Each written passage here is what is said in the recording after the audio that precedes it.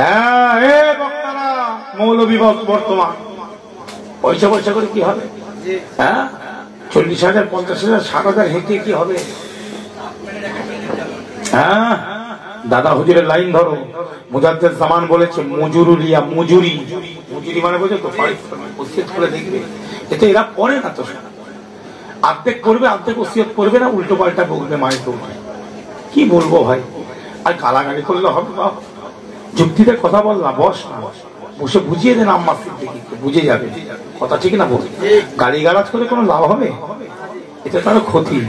দাদা হুজুর বলেছেন কয়েকটা জায়গায় মজুরিয়া যায়, পরিষ্কার ওসিয়তে সেই নামগুলো দিয়ে দিয়েছে। একটা হচ্ছে মুয়াজ্জিন, আযান দিয়ে উজরাত নিতে পারে, পারিশ্রমিক বলে। মুয়াজ্জিন আযান দিয়ে পারিশ্রমিক নিতে পারে, ইমাম সাহেব নামাজ পড়িয়ে পারিশ্রমিক নিতে পারে, একে মজুরি বলা হয়।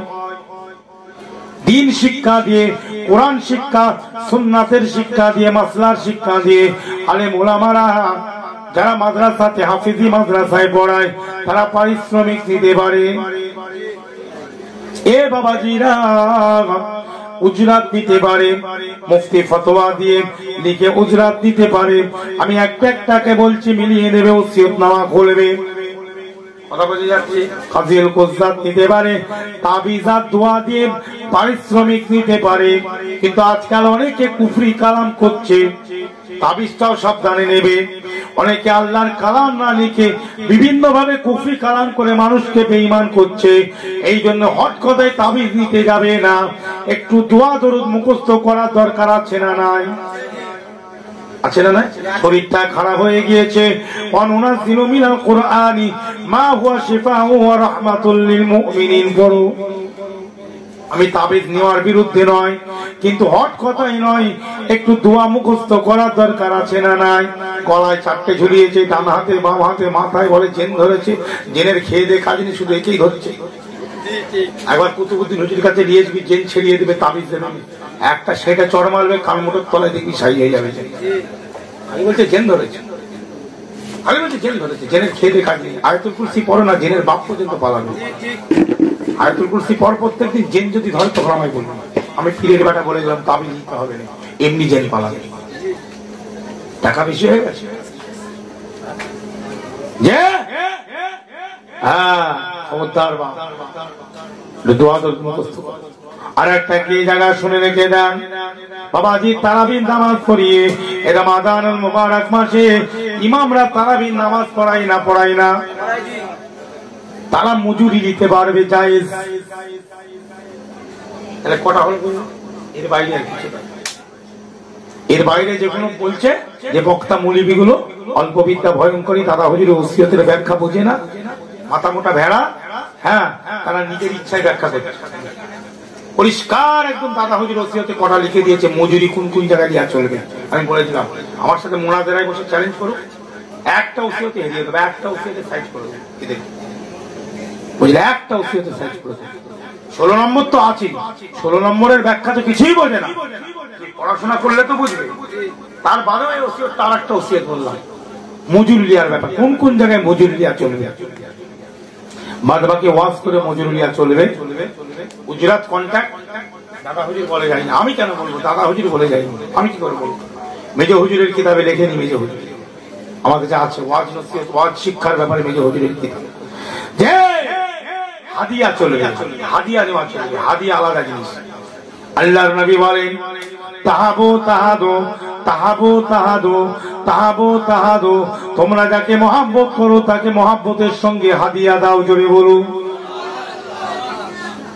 এবার মির্জা হুজুর পীর কেবলা বলেছে, কোন বক্তা যদি অনেক দূর থেকে আসে, তোমরা বিভিন্ন মঞ্চ করেছো, বিভিন্ন খরচা করলে, বক্তাকে যথা কিঞ্চিত দেওয়া ঠিক নয়। তোমরা একটু তাকে ইজ্জত সম্মানের জন্য একটু দেবে, আর রাহা খরচ দেবে। তোমরা হিসাব করে সুন্দর করে তাকে সম্মান দেবে। এটা মেজো হুজুর বলেছে। কমিটির এটা উচিত, কিন্তু বক্তাটা বলে জোর জবরদস্তি করে খেচাখেচি করতে পারবে, কিন্তু বক্তাকে, শ্রোতাদেরকে একটু সম্মান কমিটিকে দিতে হবে। যেহেতু একটা দূর থেকে এসছে, আজকে তোমাদের হাওড়া জেলা এসছে এমন কিছু দূর নয়, 24 পরগনা, বাঁকুড়া, নদিয়া, কি কথা দিন না আছে না নাই? গাড়ি ঘোড়া করে ড্রাইভার নিয়ে যায়, সেই খরচা তোমরা একটা তোমাদের বিবেক বিবেচনা, তোমরা তোমাদের মনুষ্যত্ব মানবিকতা আছে, সেই চিন্তা করে একটু দিবে। বক্তাকে চাইতে হবে কেন? কেন চাইবে? তাহলে কমিটিরা যদি একটু সজাগ হয় তাহলে বক্তারা কি চা স্পিক করবে? এর বাদেও যদি কেউ চায় তাহলে সে তার বিচার আল্লাহ করে দেবে, তার কবরে সে পাবে। সেই বক্তা পরিষ্কার কথা, একদম কমপ্লিট, একদম হোয়াইট, পরিষ্কার স্বচ্ছভাবে আপনাদের কাছে আমি এটা ব্যাখ্যা করে দিলাম। কোনো গালিগালাজ নয়, কাউকে কোনো গালিগালাজ করা যাবে না। দলিল ভিত্তিক দাদা হুজুরের ওসিয়াত মির্জা হুজুরের কিতাব থেকে সুন্দর করে বুঝিয়ে দিলাম। তাহকিকুল মাসাইলের মধ্যে আছে, এসব কিতাব থেকে বুঝিয়ে দিলাম। জোরে বলুন। এর বাদে যদি আম্মার সিদ্দিকীকে কোন মৌলবী বক্তা গালিগালাজ করে বা এটা নিয়ে আজে বাজে বলে, সে আম্মারকে গাল দিল না, সে মেজো হুজুরকে দিল, দাদা হুজুর ওসিয়তকে দিল। কথা আমার নয়, কথা তো আমার নয়।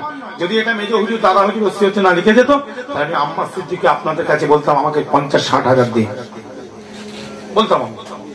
এটা আমি ওই জায়গাটা আটকে গেছি, ওই জায়গাটা আমি আটকে গেছি, সত্যি বলছি। কিন্তু আমার বাপের কথা নেই, মেজো হুজুর বলে গেছে, দাদা হুজুর বলেছে, বলেন আপনি দাদা হুজুরকে বলেন, আমাকে বলে লাভ আছে?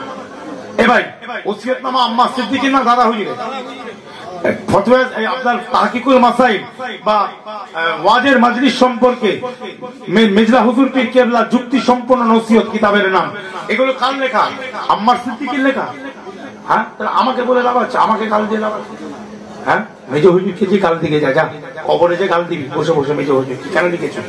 যা কবরে যা, দাদা হুজুরের কবরের কাছে গিয়ে ওখানে দাদা হুজুরকে বলবি কেন লিখেছো তুমি এই কথা। মজুরি কেন বললে এই কদরের, ওখানে ওয়াজ ঢুকালে কেন? দাদা হুজুরকে বলবে যা, দাদা হুজুরকে বলবে যা, আম্মারকে বলে কোনো লাভ নেই। কথা ঠিক না? আমার বানানো কথা নয় বাপ, কি দরকার আমার বলার বলবো না, আমার দুটো টাকা আসবে না? আগা তোমরা যদি দাওয়াত করে বাদ থেকে বলবে আমাকে 60 হাজার দিন, কোরআন শুনি কিনা শোনাই? হ্যাঁ, নেতার গল্প করে বিভিন্ন গল্প করে যদি 50 পাই, তাহলে আমি কোরআন হাদিস বলে আমি 1 লাখ পাবো না? আমি 60 হাজার নাই বলবো 1 লাখ টাকা নেই তো। দাদা হুজুর বলে যায়নি, হুজুররা বলে যায়নি বলে আটকে গেছি। হ্যাঁ, বলতে পারছি নি তো, আমি তো কবে বলে দিতাম। আমারও তো পয়সার দরকার আছে না নাই? অনেকে বলে না পয়সা, বলে আমার পয়সার দরকার না, আমার পয়সার দরকার আছে। আমার কেউ বলে নাকি দাওয়াত নেই, ওই জন্য কম দামে করে। ভাই আর কি বলবো, অনেকে অনেক কিছু বলে, 3rd পারসন সিঙ্গুলার নাম্বার। আমি এদেরকে নিয়ে বেশি কথা বলি না, কেন বেশি কথা বলাটা ভালো নয়, ঠিক না বলি? যে যেমন বুঝে আছে বুঝে থাকুক, যে যেমন বোঝে নেড়া মাথায় ফুল বোঝে, এক কথায় মাঠের ভাই। হ্যাঁ, যে যেমন বোঝে বুঝুক। আমি আম্মার তো জানি আমি কি, আর আমার আল্লাহ জানে। কথা ঠিক না বল? আমি কেন এইভাবে চলি সেটা আমি জানি, আমার আল্লাহ জানে।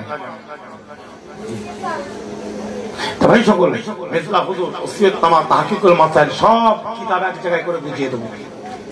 আর একটা কথা মাথায় রাখবেন, আপনাদেরকে বলি, অসুবিধা হচ্ছে নাকি? অসুবিধা হচ্ছে? আরেকটু বলি, আপনাদের এখানে কালকে আবার আসবো, একটা জিকিরের মজলিস আছে, আপনারা যাবেন। ওই আগে যে জলসাটা হচ্ছে মাদ্রাসা, ওই মোড়ের ওখানে জিকিরটা হবে, মাগরিবের বাস থেকে আমি জিকির করাবো। ওই জায়গাটার নাম জানি ভাই, মিথ্যাপাড়া, ওখানে জিকিরের মজলিস। ইনশাআল্লাহ আমি আসবো আবার কালকে মাগরিবের বাদে আসবো, কিন্তু কালকে ওয়াজ হবে না, জিকির হবে। কি হবে? জিকির নিয়ে আলোচনা হবে। কি নিয়ে? হ্যাঁ, যা হবে জিকির নিয়ে। মাগরিব থেকে আপনারা একটু আসবেন, একটু জিকির করার দরকার আছে না নাই? একটু জিকির করলে আমারও ভালো, আপনারও ভালো। কি? আমারও ভালো আর আপনাদেরও। আল্লাহর নাম নেবো, কি আল্লাহর নাম নিলে আল্লাহ। ভালো করে বোঝেন। আর একটা কথা মাথায় রাখবেন, দেখেন, ধরেন মির্জা হুজুরের কিতাবে একটা কথা লেখা আছে, ভালো করে বুঝবেন কথাটা, উল্টো বুঝবেন না। মির্জা হুজুরের কথা কিতাবে একটা মাসলা লেখা আছে। কি লেখা আছে? ওই মাসলাটা জায়েজ না না জায়েজ, যে কোনো একটা লেখা আছে।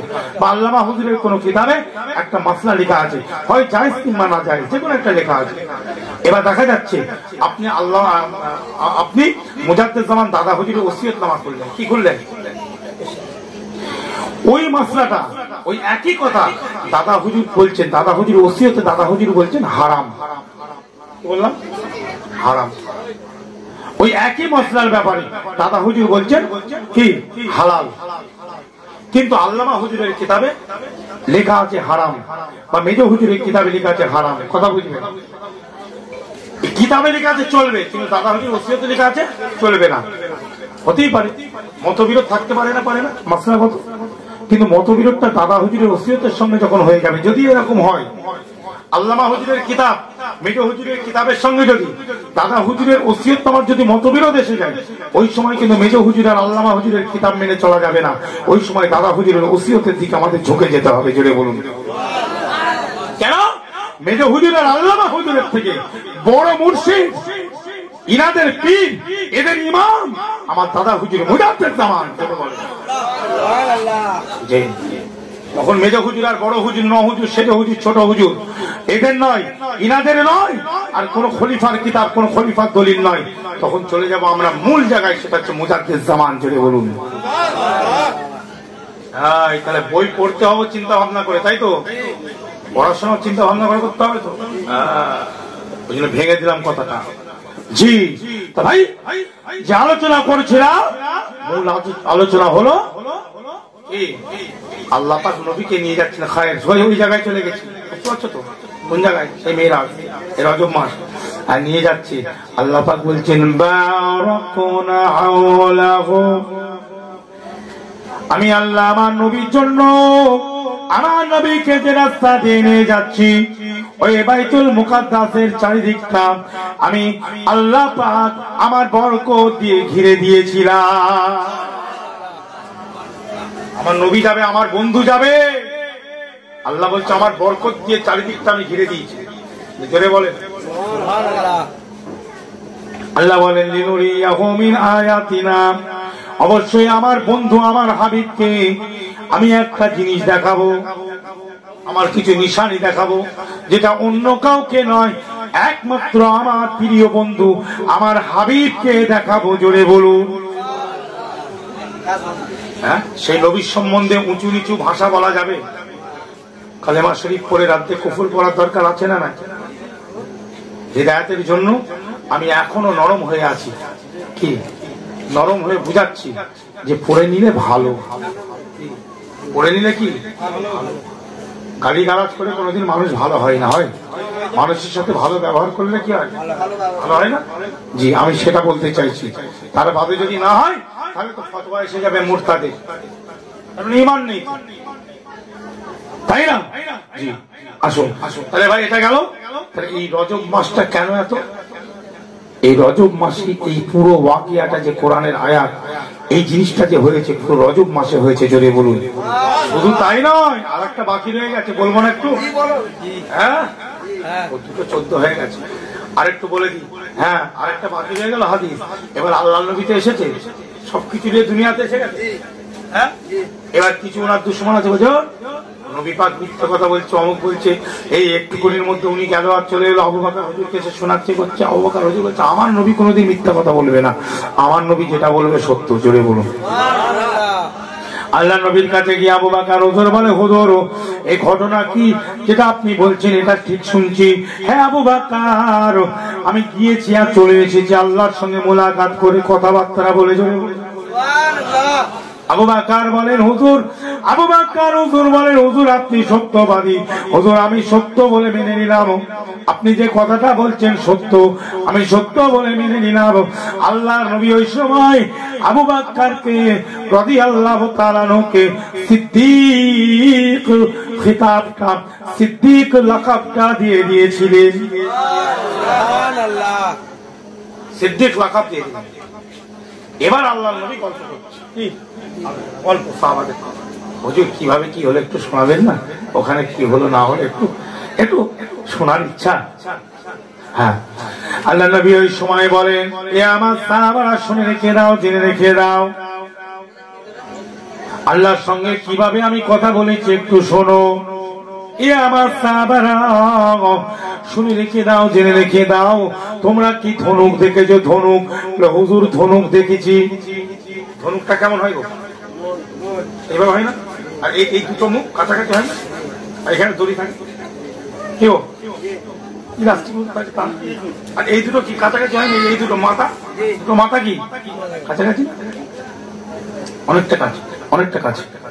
ভাই মুসলমান, ওই সময় আপনারা আমার নবী মুহাম্মদ রাসূলুল্লাহ সাল্লাল্লাহু আলাইহি সাল্লাম বলেন, এ আমার সাহাবারা ওই ধনুকের মাথাটা যতটা কাছাকাছি অবস্থায়, এতটা কাছাকাছি অবস্থায় থেকে তার থেকেও কাছে থেকে আমি আল্লাহর সঙ্গে কথা বলেছি। হ্যাঁ, আল্লাহর সঙ্গে এতটা কাছে কাছে কথা বলেছি। আর সেই নবীকে তুই বলছো আমার বড় ভাই? হ্যাঁ, যা ইচ্ছা তাই বলছো।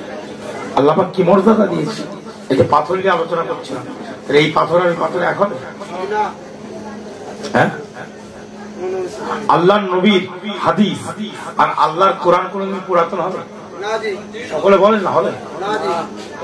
একটা হাদিস শোনেন, কি শোনেন? শোনেন নবীর মর্যাদা কি শোনেন। জি শোনেন, এ মুমিন মুসলমান ভাইজানেরা, এই ইমানদারেরা, হযরত ওমর ফারুক রাদিয়াল্লাহু তাআলা এক সময় কাবা শরীফটা তওয়াফ করছিলেন। কাবা শরীফ তওয়াফ করছেন, কাবা শরীফ তওয়াফ করছেন, কাবা শরীফ তওয়াফ করছেন আর হাজরে আসওয়াদে বুসা দিচ্ছেন, হাজরে আসওয়াদে বুসা দিচ্ছেন। কাবা তওয়াফ করা হয়ে গিয়েছে, হাজরে আসওয়াদকে বলতে শুরু করলো। হাজরে আসওয়াদের সঙ্গে কথা বলছে কে? ওমর ফারুক রাদিয়াল্লাহু তাআলা হাজরে আসওয়াদের সঙ্গে কথা বলছে। হে হাজরে আসওয়াদ, লা তানফাউ ওয়া লা তাদুররু, লা তানফাউ ওয়া লা তাদুররু। হাজরে আসওয়াদ, তুমি তো জড় পদার্থ, তুমি তো কাউকে আপনার উপকার করতে পারবে না। উপকার করার ক্ষমতা তোমার নাই, ক্ষতি করার ক্ষমতা তোমার নাই। আমি ওমর ফারুক রাদিয়াল্লাহু তাআলা আনহু তোমাকে কেন বুসা দিয়েছি? আমি ওমর ফারুক রাদিয়াল্লাহু তাআলা আনহু এই জন্য তোমাকে বুসা দিয়েছি। আমি ওমর ফারুক রাদিয়াল্লাহু তাআলা আনহু চামড়ার চোখে দেখেছি আমার নবীকে তোমাকে বুসা দিতে। আমার নবী তোমাকে চুমা দিয়েছিল বলে আমি ওমর তোমাকে চুমা দিয়েছি। তুমি তো পাথর, তুমি তো জড় পদার্থ, তুমি জড় থেকে যে জীব হয়েছ, মানে তোমার যে জীবন এসেছে আমার নবীর বুসার ওসিলাতে, জোরে বলুন আমার নবী তোমাকে বুসা দিয়েছে বলে আমি ওমর ফারুক রাদিয়াল্লাহু তাআলা আনহু তোমাকে বুসা দিলাম। তাই সকলে একটু মুহাম্মদের সঙ্গে আল্লাহুম্মা সাল্লি আলা